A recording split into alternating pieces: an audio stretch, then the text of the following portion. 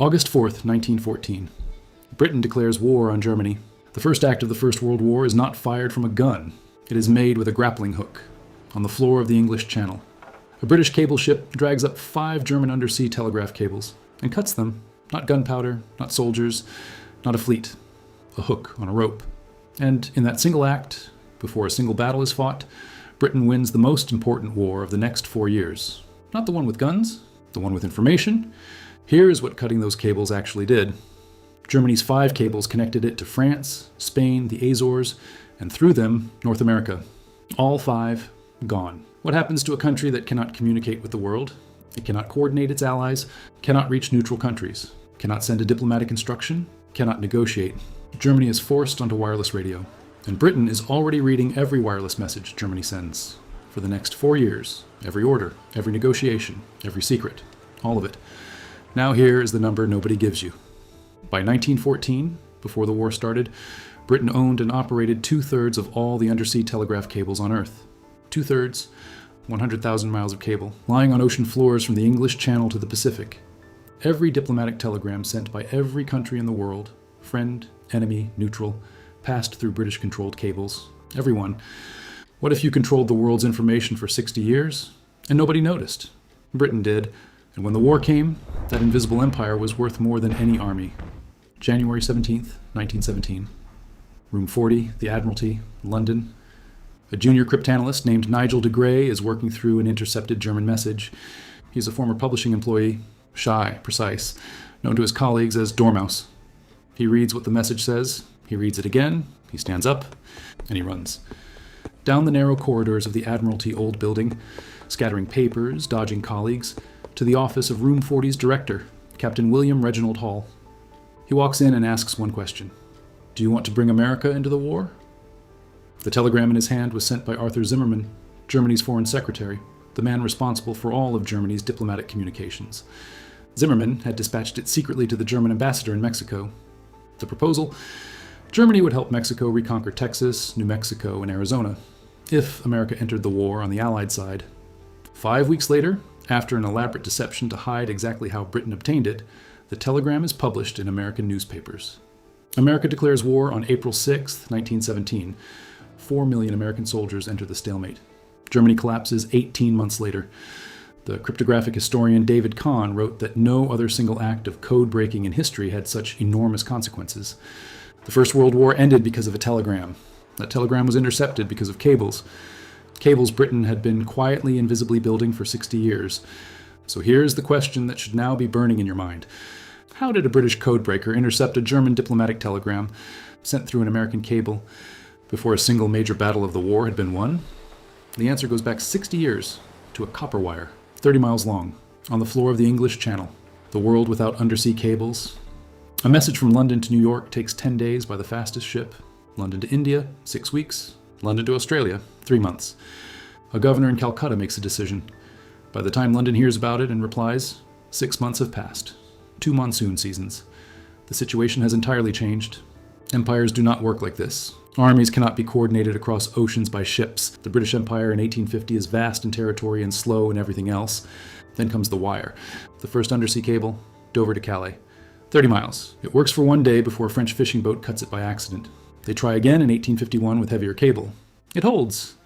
A message from London to Paris drops from days to seconds. Not hours, seconds. Britain understands immediately what this means. Not just for commerce, for power.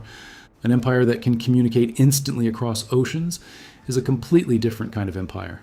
It can coordinate. It can respond. It can control. So Britain builds, 1858, the first transatlantic cable, London to New York. It works for 3 weeks, then the insulation fails. The wire goes silent. They try again in 1866. This time it holds. By 1870, London is connected to Bombay. By 1872, London to Australia, London to New Zealand. By 1880, 90,000 miles of cable lying on ocean floors, binding every inhabited continent. 90,000 miles of mostly British cable on the ocean floor. A 90 million pound machine binding every inhabited continent. 90 million pounds. In 1880, money spent on wire, invisible wire lying in darkness on the floors of the world's oceans. Almost all of it British, almost all of it carrying British traffic. and the traffic of everyone else. Stop and think about what this looks like right now. 97% of all international internet data travels through undersea fiber optic cables, not satellites, not wireless, cables on the ocean floor. The same technology, the same strategic logic, the same vulnerability. In 2022, the Nord Stream pipelines were sabotaged. In 2024, cables in the Baltic were cut. Suspected sabotage. Every government on Earth is asking the question Britain answered in 1870. Who owns the cables? Who can cut them? Who is reading what passes through them? But before Britain could answer it, first it had to learn, the hard way, what was at stake. India, the Indian Mutiny.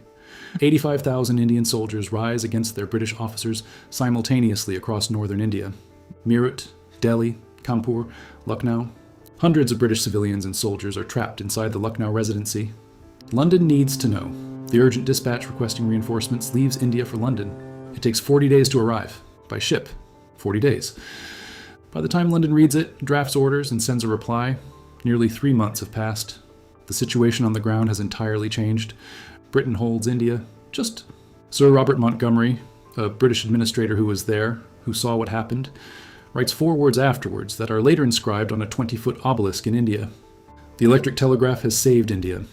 Not the army, not the navy, the telegraph. Because inside India, where a domestic wire network already existed, British officers coordinated their response in hours. The internal wire worked. The international one did not exist yet. And Britain understood, at the cost of blood, what that gap meant.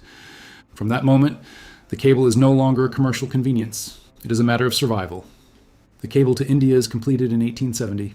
London to Bombay, 4,000 miles of copper wire on the floor of the Indian Ocean. A message that took 6 weeks by ship now arrives in 4 minutes. To celebrate the opening, the man who built it, John Pender, hosts a party at his London home. The Prince of Wales attends. The guests are invited to send a telegram to Bombay and wait for a reply. The reply arrives in under 15 minutes. The room goes quiet. Not from boredom, from the realization of what they are holding. An answer from Bombay in 15 minutes.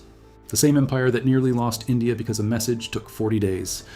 Had just compressed 40 days into 15 minutes. By the 1880s, a problem.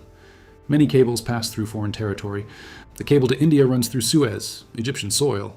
The cable to Australia passes through Java, Dutch territory.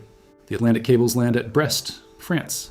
17 points where an enemy, moving on the first day of war, could cut Britain off from entire continents. Britain builds a second network, one that touches only British territory.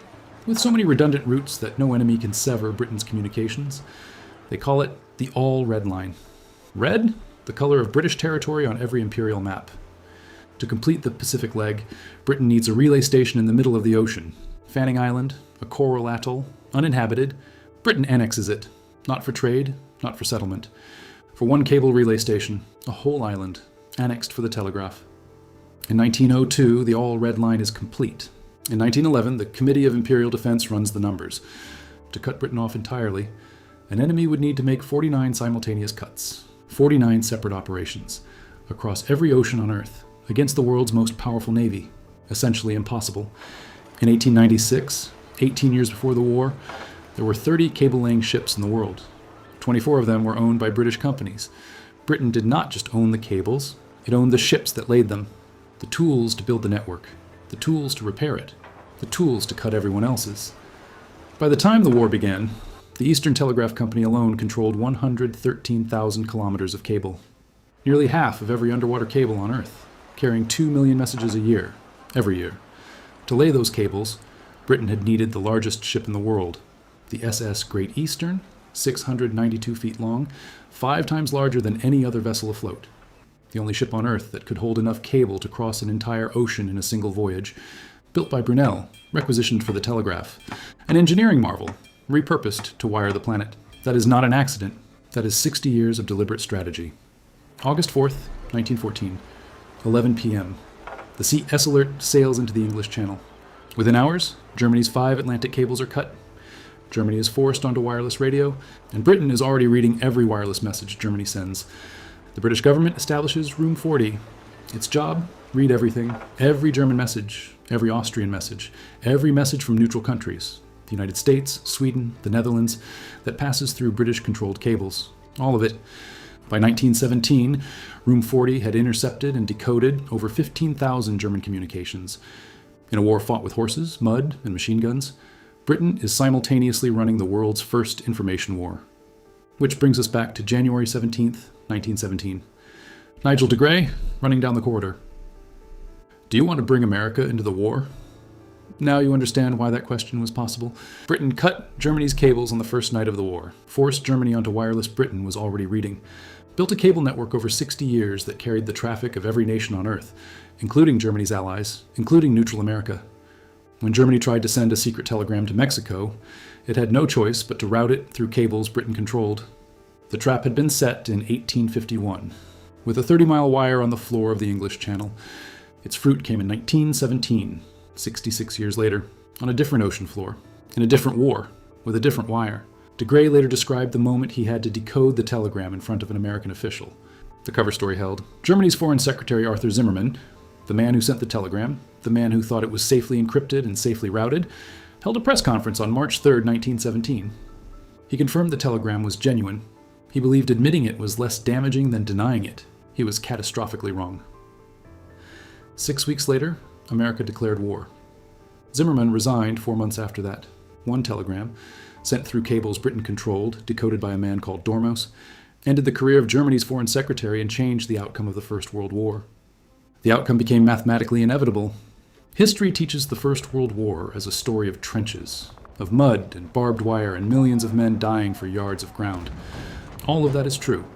116,000 American soldiers did not come home. They went to a war that had been a European stalemate for 3 years. They went because Britain tapped a telegraph cable. They paid because Germany sent a telegram. And neither Germany nor America knew Britain had been reading their messages for years. But underneath that story is a quieter one. A story about copper wire on ocean floors. About a man in a publishing house who became a codebreaker. About a coral atoll in the Pacific, annexed for a telegraph relay station. About 60 years of quiet, invisible, patient building. That made the outcome of the war possible before a single shot was fired. The British Empire was not just an empire of territory. It was an empire of information. And information, not territory, was the real currency of power. Today, 97% of international internet data travels through undersea cables. The lesson Britain learned in 1857 did not die with the telegraph. It got faster, it got quieter, it got harder to see.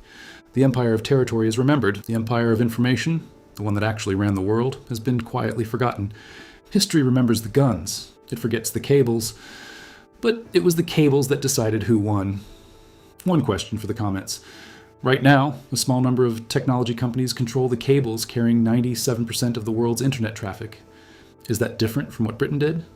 Or is it exactly the same thing, with better branding? If this is the kind of history you want, subscribe.